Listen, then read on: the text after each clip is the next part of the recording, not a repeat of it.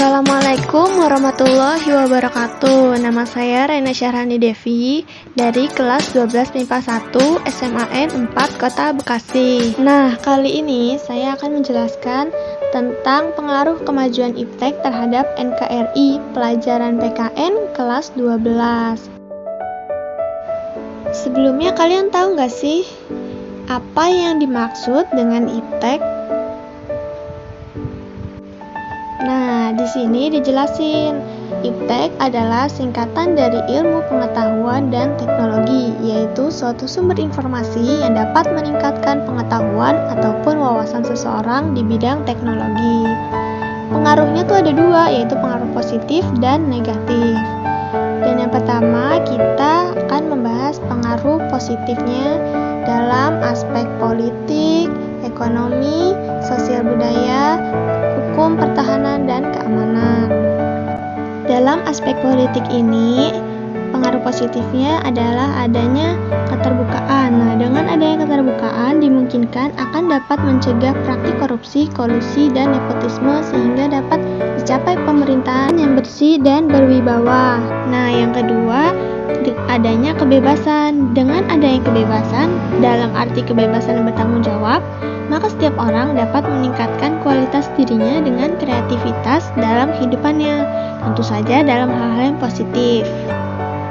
Dan yang ketiga, adanya demokrasi. Nah, dengan adanya pemerintahan yang demokratis ini sangat dimungkinkan akan meningkatkan kualitas dan kuantitas partisipasi politik rakyat dalam penentuan kebijakan politik oleh pemerintah. Lalu dalam aspek ekonomi, pengaruh positifnya makin meningkatkan investasi asing, makin terbuka pasar internasional, lalu mendorong para pengusaha untuk meningkatkan efisiensi dan menghilangkan biaya tinggi.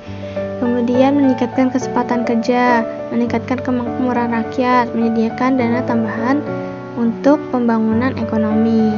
Kemudian dalam aspek sosial budaya, nah kemajuan teknologi dan informasi ini secara langsung telah mempermudah kita untuk memperoleh informasi dari belahan bumi lainnya. Dan dengan adanya informasi tersebut, kita dapat mencontoh serta belajar tata nilai sosial budaya, cara hidup, pola pikir yang baik, maupun ilmu pengetahuan dan teknologi dari negara yang sudah maju. Misalnya kita bisa mencontoh etos kerja dan semangat kerja keras orang lain untuk kita terapkan dalam kehidupan kita. Kemudian dalam aspek hukum, pertahanan, dan keamanan, pengaruh positif yang dapat kita ambil yaitu makin menguatnya supremasi hukum, menguatnya regulasi hukum, menguatnya tuntutan terhadap tugas penegak hukum, menguatnya supremasi sipil dengan mendudukan tentara dan polisi sebagai penjaga keamanan, kedaulatan, dan ketertiban negara. Kemudian ada pengaruh negatif iptek bagi kehidupan dalam aspek politik, ekonomi, sosial budaya, hukum, pertahanan, dan keamanan. Dalam aspek politik, pengaruh negatifnya yaitu nilai-nilai yang dibawa iptek seperti keterbukaan, kebebasan, dan demokratisasi itu akan disalahartikan masyarakat dan menimbulkan terganggunya stabilitas politik nasional seiring dengan terjadi tindakan-tindakan anarki sebagai reaksi terhadap sikap pemerintah yang menurutnya tidak terbuka, tidak memberikan kebebasan, dan tidak demokratis kepada rakyatnya. Kemudian munculnya gerakan radikalisme dan terorisme. Biasanya para pelaku tersebut adalah orang-orang yang terampil dalam memanfaatkan teknologi. Dan tidak jarang di antara mereka punya keterampilan dalam merakit senjata, merakit bom, dan sebagainya. Kemudian pengaruh negatif dalam aspek ekonomi terhadap kehidupan. Yang pertama, Indonesia akan dibanjiri oleh barang-barang dari luar. Kedua, cepat atau lambat perekonomian negara kita akan dikuasai oleh pihak asing. Kemudian akan timbul kesenjangan sosial yang tajam. Kemudian sektor-sektor ekonomi rakyat yang diberikan subsidi semakin berkurang. Dan yang terakhir, pemerintah hanya sebagai regulator pengaturan ekonomi yang mekanismenya akan ditentukan oleh pasar. Lalu pengaruh negatif dalam aspek sosial budaya, yaitu munculnya gaya hidup konsumtif, munculnya sifat hedonisme, munculnya sikap individualisme, lalu bisa menyebabkan kesenjangan sosial, terus muncul gejala westernisasi, Terus makin mudarnya semangat gotong royong, solidaritas, kepedulian, dan kesetiakawanan sosial. Dan juga makin lunturnya nilai-nilai keagamaan dalam kehidupan bermasyarakat. Kemudian dalam aspek hukum, pertahanan, dan keamanan, yaitu akan menimbulkan tindakan anarkis dari masyarakat yang dapat mengganggu stabilitas nasional. Terus peran masyarakat dalam menjaga keamanan dan ketertiban serta kedaulatan negara semakin berkurang. Selanjutnya ada sikap selektif terhadap pengaruh kemajuan iptek. Yang pertama di bidang politik. Ada 4 hal yang selalu dikedepankan pada saat ini dalam bidang politik, yaitu demokratisasi, kebebasan, keterbukaan, dan hak asasi manusia.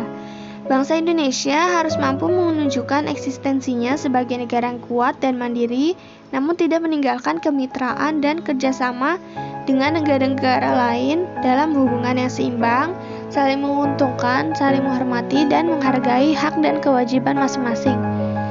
Dan untuk mencapai hal tersebut, bangsa Indonesia harus segera mewujudkan hal-hal seperti mengembangkan demokratisasi dalam segala bidang, mengaktifkan masyarakat sipil dalam arena politik, mengadakan reformasi lembaga-lembaga politik, memperkuat kepercayaan rakyat, menegakkan supremasi hukum, dan memperkuat posisi Indonesia dalam kancah politik internasional. Selanjutnya, sikap selektif terhadap pengaruh kemajuan iptek di bidang ekonomi. Nah, sistem ekonomi kerakyatan merupakan senjata ampuh untuk melumpuhkan pengaruh negatif dari kemajuan iptek dan memperkuat kemandirian bangsa kita dalam semua hal.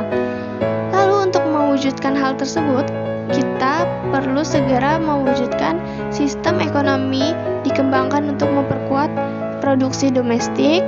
Lalu pertanian dijadikan prioritas utama karena mayoritas penduduk Indonesia bermata pencaharian sebagai petani. Kemudian industri-industri harus menggunakan bahan baku dari dalam negeri. Lalu mempererat kerjasama dengan sesama negara berkembang dan tidak bergantung pada badan-badan multilateral seperti IMF, Bank Dunia, dan WTO. Lalu diadakannya perekonomian yang berorientasi pada kesejahteraan rakyat. Kemudian yang terakhir, sikap selektif terhadap pengaruh kemajuan iptek di bidang sosial budaya. Kemajuan iptek salah satunya ditandai dengan adanya kemajuan ilmu pengetahuan dan teknologi. Agar hal tersebut bersikap positif dan dapat diserap ke dalam budaya kehidupan kita sehari-hari, maka kita perlu mengusahakan perubahan nilai dan perilaku seperti terbuka terhadap inovasi dan perubahan, berorientasi pada masa depan daripada masa lampau, dapat memanfaatkan kegunaan iptek, lalu menghargai pekerjaan sesuai dengan prestasi, menggunakan potensi lingkungan secara tepat untuk pembangunan berkelanjutan, dan menghargai serta menghormati hak-hak asasi manusia. Sekian penjelasan dari saya. Apabila ada salah kata maupun tulisan, mohon dimaafkan. Wassalamualaikum warahmatullahi wabarakatuh.